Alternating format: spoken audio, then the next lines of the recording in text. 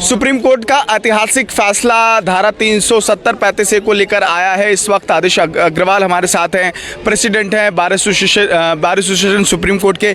Sir, कैसे देख रहे हैं इस पूरे फैसले को? है ऐतिहासिक फैसला है, बहुत अच्छा जजमेंट है और उन ताकतों के लिए बहुत गंदा जजमेंट है जो पाकिस्तान या और देशों में बैठे अपने आकाओं के लिए मुकदमा लड़ रहे हैं जी। और इससे कश्मीर के हमारे भाई बहनों को एक इज्जत मिलेगी, उनको प्रॉस्पेरिटी मिलेगी, वहाँ डेवलपमेंट होगा जो कई सालों से उनकी प्रॉस्पेरिटी को रोका गया था। कश्मीर हमारा माथा है जी। वहाँ के आदमी सबसे ज़्यादा प्रॉस्परस होने चाहिए थे क्योंकि वहाँ पर इतने बढ़िया फ्रूट, ड्राई फ्रूट, मिनरल्स का वो खजाना है, सारे वर्ल्ड में उनके प्रोडक्शन जाने थे।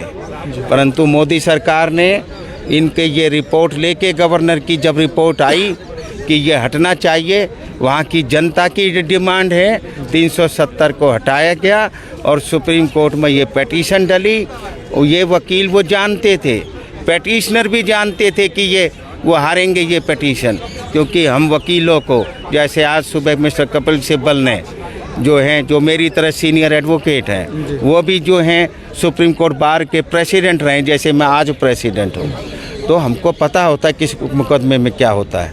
परंतु क्लाइंट के कहने पर, परंतु जो है यही बात अगर बीजेपी के लोग कह देते कि पांचों वकीलों की सहमति रहेगी तो मुझे लग रहा है ये बहुत बड़ी खबर हो जाती है और कहते कि इन्हें तो पहले ही पता चल गया था। अरे क्या लग रहा है? अग्रवाल ने ये बोल दिया, जब कपिल सिब्बल ने बोल दिया, क्योंकि हमको कानून पता है।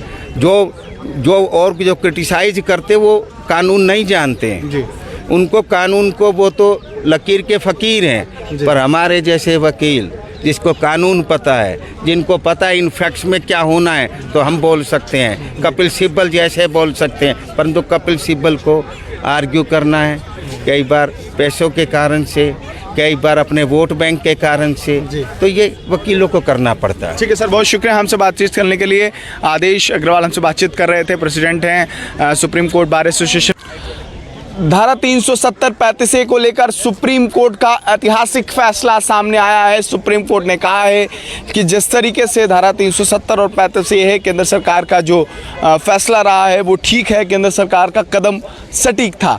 फिलहाल अगर हम बात करें तो 10 से ज़्यादा जो पिटिशंस थी वो धारा 370-35 को के अगेंस्ट थी, लेकिन उन तमाम जो धाराएं हैं उनके विरोध में सुप्रीम कोर्ट ने फैसला दिया है और इस बात पर मोहर लगाई है कि सुप्रीम कोर्ट का फैसला सुप्रीम है। आपको बता दें कि कुछ बातें कोर्ट की तरफ से महत्वपूर्ण हैं, वो कही गई हैं।